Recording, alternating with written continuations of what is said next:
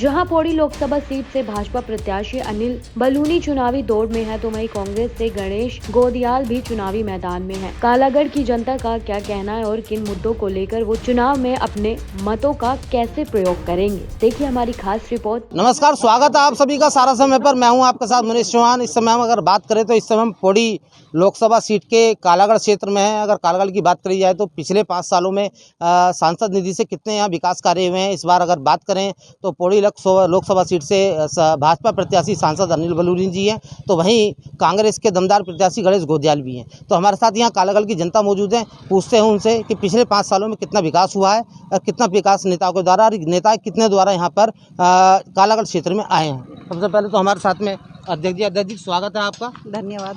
क्या कहना चाहेंगे, भाजपा के कार्यकाल में पिछले 5 साल में कितना विकास कार्य है जो कालागढ़ के लोगों के प्रति हुआ है?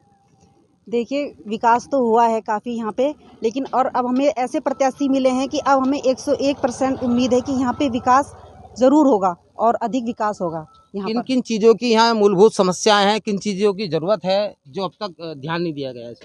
यहाँ पर सबसे ज़्यादा लोगों को मेरे सामने जो आई हैं लेकर समस्याएं वन विभाग को लेकर है। वन विभाग को हाँ, कि वन विभाग, जनता जो मेरे पास आती है, मैं अपने उन्हीं जनता जो बोलती है मुझको कि हाँ, वन विभाग को लेकर हमें ये समस्या आती है कि हम यहाँ ये काम करते हैं तो हमारे ये नहीं होते हैं, वो नहीं होने देते हैं। और जैसे परिवार रजिस्टर है कि यहाँ पे परिवार रजिस्टर होना चाहिए, वो सब चीज़ें हम यहाँ पर अब उपलब्ध करवाएंगे।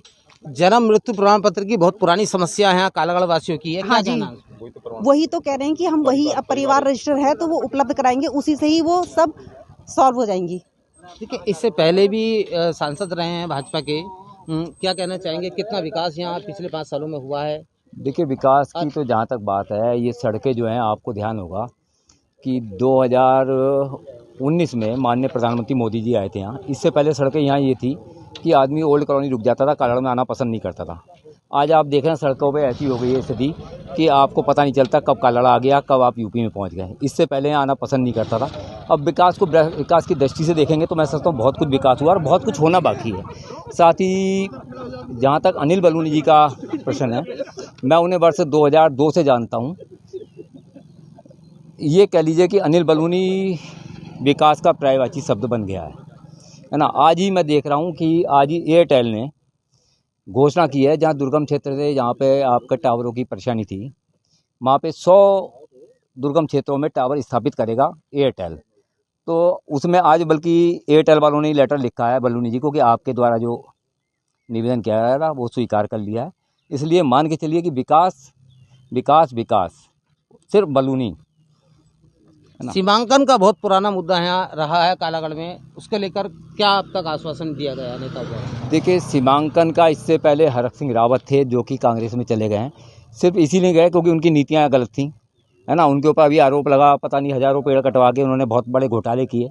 वो आज सारे कांग्रेस में जा चुके हैं। जहाँ तक अनिल बलूनी का सवाल है, सीमांकन 100%, चूँकि इसमें सुप्रीम कोर्ट भी इन्वॉल्व है, सीमांकन होना है, इसका वो सुनिश्चित होना है। चलिए, हमारे साथ में कुछ और भी यहाँ मौजूद है, कांग्रेस के भी हमारे साथ लोग मौजूद हैं। अध्यक्ष जी हमारे साथ मौजूद हैं। सबसे पहले स्वागत है आपका। सबसे पहले जानना चाहूँगा, इस बार जो मतदान है, किन किन मुद्दों को लेकर मतदान करना चाहोगे और क्या क्या दिक्कत परेशानियों का सामना इस समय कालागढ़ की जनता को करना पड़ रहा है? कांग्रेस पार्टी जिंदाबाद, कांग्रेस पार्टी जिंदाबाद। भाई, अभी मेरे बड़े भाई ने बोला कि यहाँ पे विकास के बारे में, कहाँ पे है? तो पहले तो ये विकास पुरुष हैं ऐसा इनका कहना है, मगर 7 साल ये रह चुके सांसद पूरे उत्तराखंड के। इस पीरियड में क्या काम कराया, कितनी बार कालागढ़ में आए, कितनी बार उनकी जनता की समस्या सुनी। एक तो ये हो गया। दूसरा रहा, जो यहाँ के पौड़ी के सांसद थे तीरथ रावत जी, वो कभी कालागढ़ में नहीं आए, और आए तो मीरापुर से निकल के डाक बंगले में आराम किया, सो के चले गए। कभी जनता से नहीं मिले, दुख बहुत है। जो मेरे बड़े भाई ने भी कहा कि रोड बन गई, तो रोड जो हरक सिंह जी विकास पुरुष हैं, वो बंदा किसी की हिम्मत नहीं हुई बनवाने की। वो बीजेपी में आए, बीजेपी के टाइम में उन्होंने ये सड़क बनवाई, आज कांग्रेस में आ गए। लाइट है, अगर वो नहीं होते, हरक सिंह रावत नहीं होते, तो कालागढ़ में लाइट नहीं होती। आज वो कांग्रेस में आ गए। मूल निवास नहीं बनना है, स्थायी निवास नहीं बनना है, आज यहाँ पब्लिक को सबसे ज़्यादा बच्चों को मूल निवास की ज़रूरत है, वो नहीं बनना है। वो नहीं बने, मूल निवास चाहिए। दूसरा ये है कि जो लाइटें लगी थी आज वो लाइटें ख़राब हैं, बंदरों का आतंक है, 15-20 लाइटें ख़राब पड़ी हैं। मैं तो माननीय अध्यक्ष जी से कई बार विनती कर चुका हूँ कि लाइटें लगवा दो। मैं भी घूमता हूँ, पब्लिक घूमती है, तो वो लाइटें सही हो जाएं।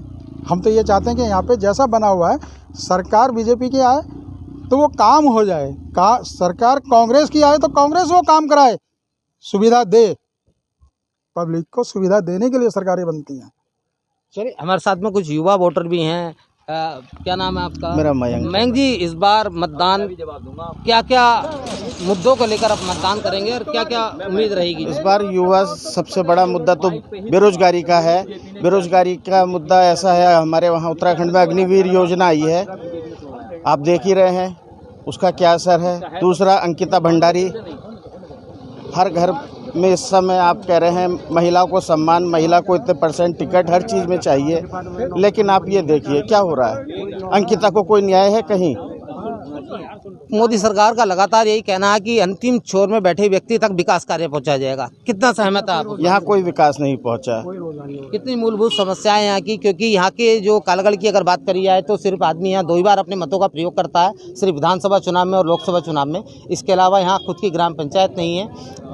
इसकी बात से कितनी समस्या है लोगों के साथ में, चाहे वो जो मूलभूत समस्या है लोगों की, जो जन कल्याणकारी योजना है, उनका कितना लाभ यहाँ लोगों को? यहाँ कोई लाभ नहीं पहुँचता किसी भी योजना का। चलिए, हमारे साथ और भी यहाँ लोग मौजूद हैं। छोटन भाई, क्या नाम हुआ आपका?